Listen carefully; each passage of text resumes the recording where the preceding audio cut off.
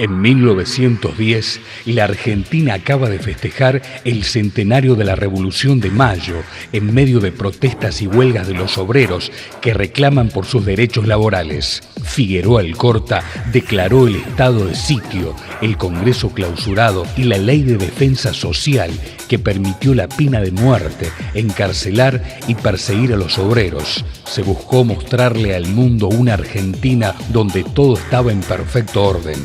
El orden que la oligarquía terrateniente necesitaba para acumular capital. Los pequeños productores rurales, arrendatarios, cansados de la explotación de los terratenientes de la sociedad rural, dan el llamado grito de Alcorta. La presión de los sectores políticos radicales dará lugar a la Ley Sáenz Peña de 1912, que permitirá la llegada en 1916 del primer gobierno radical con la presidencia de Hipólito Yrigoyen. En Europa, en 1914, se escucharán los primeros cañones de la Primera Guerra Mundial. En este contexto, en 1913, está naciendo Río Tercero. ¿Cómo es el desarrollo agropecuario en la región? Bueno, la mayoría de las investigaciones apuntan en relación a la cuestión agraria en nuestra región. Hay como un patrón común que se está dando en todo Córdoba. Más o menos aproximadamente el 77% de las tierras en Córdoba, tierras relacionadas a la llanura pampeana, o sea, factibles de producción agrícola-ganadera, están en manos de terratenientes, es decir, que hay un porcentaje, un tercio solamente queda, digamos, en manos de pequeños productores. Pero la tendencia hacia finales del siglo XIX y principios del siglo XX va a ser hacia la fragmentación de la tierra. Es decir que pequeños productores van a ir de a poco, ir accediendo a tener la posibilidad de producir en alguna tierra. Lo que va a ocurrir también es que hay toda una serie de desventajas en relación a la producción hacia la tenencia de la tierra en pequeña escala. En sus comienzos la agricultura era muy distinta a lo que es hoy en día. En la década o sea, después de la guerra, de la década del 1910, empezaron a venir los primeros inmigrantes a nuestra zona, como en distintas zonas agrícolas del país se dio lo mismo. Era un trabajo muy duro, en muchos casos han tenido que venir a desmontar todavía tierras. Esto era todo terreno natural, o sea, con monte. Muchos de esos gringos venían o bien a trabajar en campos de peones, o por ahí ya si tenían algún familiar de Italia viviendo en la zona, iban a trabajar con ese familiar o le daban una parcela de tierra.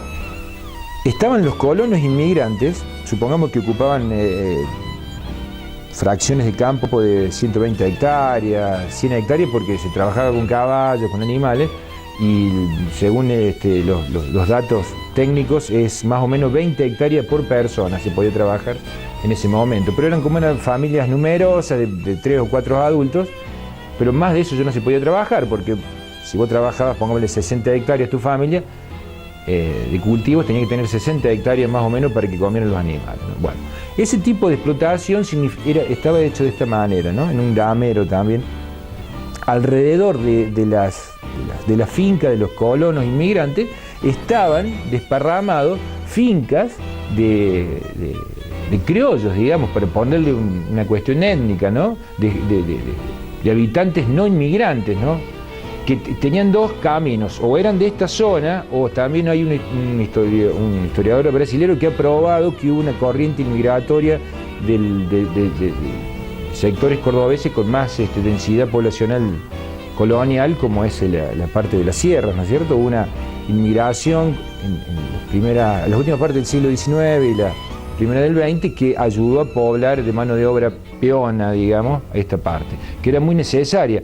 Un campo se necesitaba mucha gente para trabajarlo. Y bueno, era medio rudo, no era tan fácil como ahora. Se madrugaba, se trabajaba con caballos, y viste que ahora es todo distinto. Se madrugaba así, Y si uno salía en la noche no era motivo para no madrugar, ¿eh? Agricultura, ganadería, sí, se criaban animales, se criaban cerdos, se criaban ovejas, conejos, se criaba de todo, en el campo se hacía huerta. En la zona núcleo, lo que es la verdadera pampa húmeda, llamemos norte de la provincia de Buenos Aires, centro-sur de Santa Fe, ya existían las familias criollas, digamos, que tenían las extensiones, grandes extensiones de tierra, y muchas veces estos inmigrantes venían a trabajar de la parcería con estos grandes productores. De ahí nace lo que fue la famosa rebelión agraria del año 12, de la cual nace la Federación Agraria. El campesinado da su grito con Alcorta, ¿no? ¿Cómo se vive en la región? Bueno, en la región el grito de Alcorta también llegó a tener cierta incidencia, porque básicamente se produce en Santa Fe, que es un núcleo central junto a Buenos Aires de la llanura pampeana y de la producción agrícola, y eso va a repercutir en Córdoba, especialmente porque había una situación de desventaja muy grande de los pequeños propietarios que arrendaban o alquilaban a precios bastante altos las parcelas de tierra, y eso generó fuertes debates y movilizaciones por parte de los pequeños productores. Es más, se potenciaron estas protestas porque hacia 1910, 1911, 1912 hubo una serie de malas cosechas que dejó muy mal parados económicamente a los productores. Eso fue para poner punto final, digamos, para poder terminar con lo que era la explotación de estos productores por parte de estos grandes terratenientes, digamos, que eran los que poseían la tierra, se la daban a trabajar a estos inmigrantes y en realidad les dejaban muy poca renta.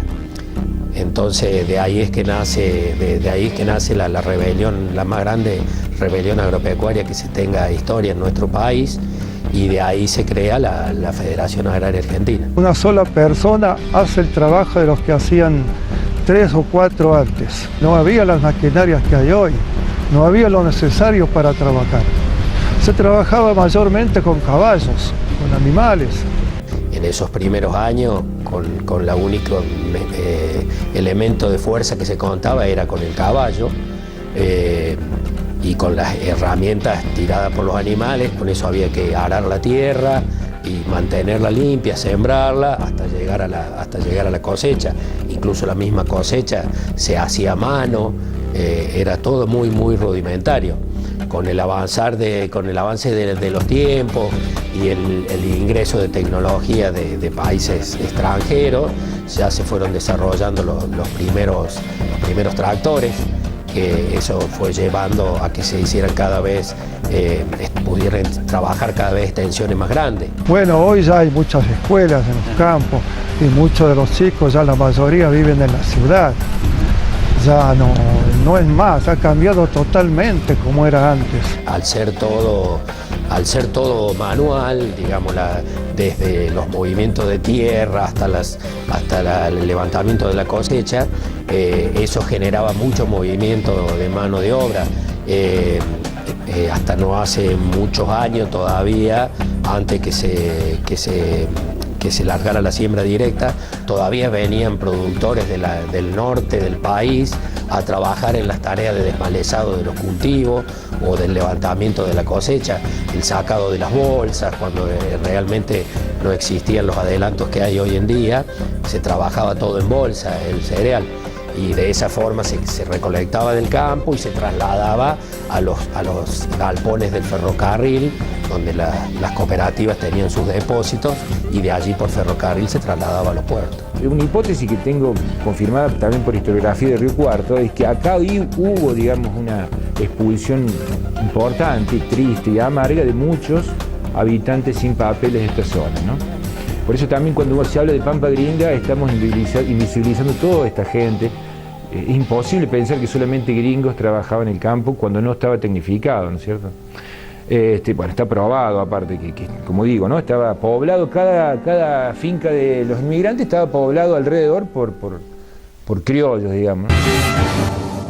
Cristian, ¿cuáles fueron las primeras actividades de la gente, de los habitantes de Río Tercero en esos primeros años?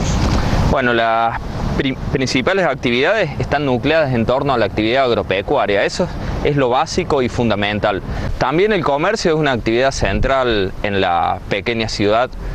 Y hay que tener en cuenta también un núcleo de desarrollo de servicios como la estafeta postal, telégrafos, correo, todo relacionado a la cuestión ferroviaria. Es decir, sin la estación de ferrocarril hubiera sido muy difícil ese desarrollo de servicios. La telefonía, energía es algo que todavía no está desarrollada en los primeros años, algo que se desarrollará posteriormente. Primeramente era así. Se vendían fardos de alfalfa, era la época del campo. Todavía hay algunas argollitas donde se ataban los yeguadizos porque venía la gente muy temprano del campo, porque no tenían vehículos como hoy que tienen coche y pueden pegar la vuelta de noche. Yo me acuerdo que nosotros entrábamos a las 8 y a las 12 y a las 2:30 del cuarto ya teníamos que estar de vuelta porque a las 6:30 se cerraba, porque ya era oscuro, no había prácticamente gente. En la calle Acuña es el movimiento más hermoso que había porque era el centro de la ciudad, había los mejores hoteles, Palace Hotel y Hotel Plaza. Eran hoteles de categoría porque eran hoteles de que venía la gente de Buenos Aires y paraban ahí porque era un hotel de lujos. También había otro hotel para ir a pues ya estaba en la calle Avenida San Martín y Uruguay, que era el Hotel Universal. Era un hotel más económico. En los primeros años, Río Tercero ya contaba con algunos comercios. La farmacia de Francisco de Buono, almacenes de ramos generales de Angelossi y Bongiovanni, el hotel y comedor de los Boidi, el almacén de los Arriba, el Hotel Palace, carnicerías, panaderías y tiendas para vestirse. El desarrollo comercial se nutría de la relación del pueblo con el ferrocarril. Por eso la mayoría de los comercios se ubicaron en la zona de la actual calle Modesto Acuña.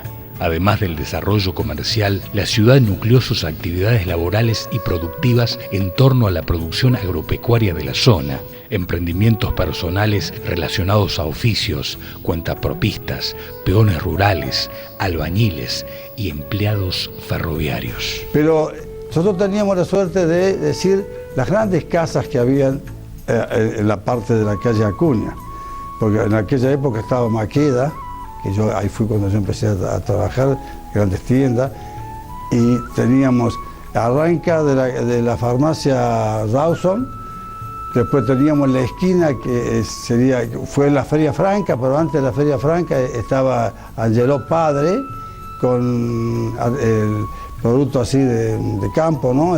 Ramos Generales, Italia y Avenida San Martín. De ahí para acá también tenían el surtidor La Baselli, que después se corrió en la calle Alberdi, pero no Alberdi, el General Paz, pero primeramente estuvo allí, que después fueron de otra gente. Y me voy corriendo para este lado, estaba el correo era la parte también céntrica. Y el gran movimiento que tenía Río Tercero en aquellos años era el hotel, los trenes que venían de Rosario, de Buenos Aires, pero principalmente el de Rosario. De ahí inicia el gran pueblo de aquella época y hoy la gran ciudad, porque ahí empiezan a venir ya muchos comercios y empieza a extenderse para la calle Libertad.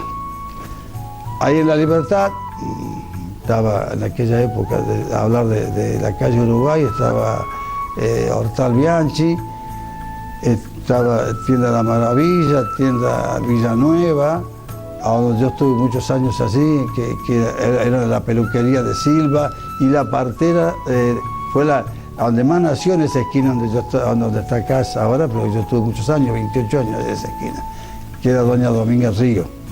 Era la casa donde han nacido tantos hijos así. Después teníamos la librería de Botazo, la joyería Botazo y también la librería Botazo para aquel lado. La terminal de ómnibus arranca en el Bar Avenida, arranca en el Bar Avenida. Y de allí, bueno, después vine, yo no me acuerdo si tuvo el primer momento donde está el Hotel Argentino, después vino acá en la calle Mitre, o estuvo en la Mitre, y después se instaló allá, después ya se hizo la instalación de la... Pero todo fue corriéndose para la calle Libertad. La confitería, que era la confitería López, ha cumplido más de 80 años, y yo estoy en ese... Yo siempre dije, se fue una historia y vino otra historia por los años míos que estoy hasta el mostrador. Pero esa también fue la primera confitería bailable. Si uno el otro día estaba hablando con López y digo, mira cuántos matrimonios se hicieron acá en los Bermudas Danzán. Para allá había el don Leguizamón, don Ángel Leguizamón, con la zapatería Oscaria que desapareció. Hubo tantos negocios tan lindos en Río Tercero, ¿mandate? O en la otra esquina la carnicería del Pellegrino de aquellos años, en la otra esquina la carnicería de Villegas, pero años. Y yo tenía 9 años, 7 o 10 años cuando iba a comprar, así que mirá, los años que yo ya tengo, 77, hace 70 años atrás. Cristian, ¿cómo se organiza políticamente Río Tercero? Bueno, una pregunta muy interesante porque cómo se organiza políticamente y cuánto demora en organizarse también políticamente. Es otro de las cuestiones que uno debería analizar acá, porque tiene hay una cierta demora en cuanto a la organización institucional de la política en Río Tercero. Por supuesto que muchos de los primeros habitantes de Río Tercero ya tenían sus ideologías políticas, inclusive en las gestiones que se realizaban para determinadas instituciones aparecían esas ideologías, pero la institucionalización es algo muy tardío en Río Tercero y tiene que ver también, por supuesto, con por decirlo de alguna manera, con la demora histórica en cuanto a su fundación en relación a las grandes ciudades de la región. Río Tercero va a demorar más en, de alguna forma, nuclear la institucionalización política. Es decir, recién en la década del 20 se va a conformar lo que se conoce como sociedad de fomento, que fue como una forma primitiva de municipio.